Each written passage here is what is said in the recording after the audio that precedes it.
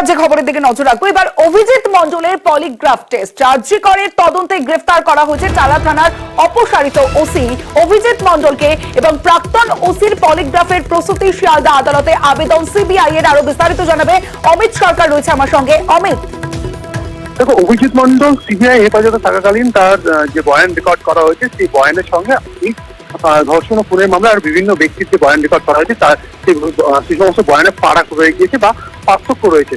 এই জায়গা থেকে বেশ কিছু জায়গায় এখনো ধোঁয়াশা রয়ে গিয়েছে। সেই জায়গা থেকে সিবিআই আধিকারিকরা চাইছেন টালা থানার ওসি, যিনি এই মুহূর্তে সিবিআই কাছে রয়েছেন, তার পলিগ্রাফ টেস্ট করানোর জন্য। এই কারণে তারা শিয়ালদা কোর্টে আবেদন করেছেন যে তারা অভিজিৎ মণ্ডলের পলিগ্রাফ টেস্ট করাতে চান। সেক্ষেত্রে আদালতে আবেদন এই মুহূর্তে করা হয়েছে। তবে যে আইনি প্রক্রিয়া পলিগ্রাফ করার ক্ষেত্রে যে ব্যক্তি পলিগ্রাফ করাতে হয় তার সম্মতি প্রয়োজন হয়। এই সম্মতি বিষয়ক যে বিষয়গুলো রয়েছে, যে আইনি প্রক্রিয়াগুলো রয়েছে, সেগুলো এখনো পর্যন্ত সম্পন্ন হয়নি। তবে শুধুমাত্র সিবিআই তরফে আদালতে আবেদন করা হয়েছে, তারা অভিজিৎ মণ্ডলে পলিগ্রাফ করতে চায় তদন্তের সাথে, কারণ বেশ কিছু তথ্য এখনো পর্যন্ত তাদের যাচাই করার প্রয়োজন রয়েছে বলে তারা মনে করছেন। বেশ, এবার অভিজিৎ মণ্ডলের পলিগ্রাফ টেস্ট রাজ্যকরের তদন্তে গ্রেফতার অভিজিৎ এবং চালা থানার প্রাক্তন ওসির পলিগ্রাফের প্রস্তুতি।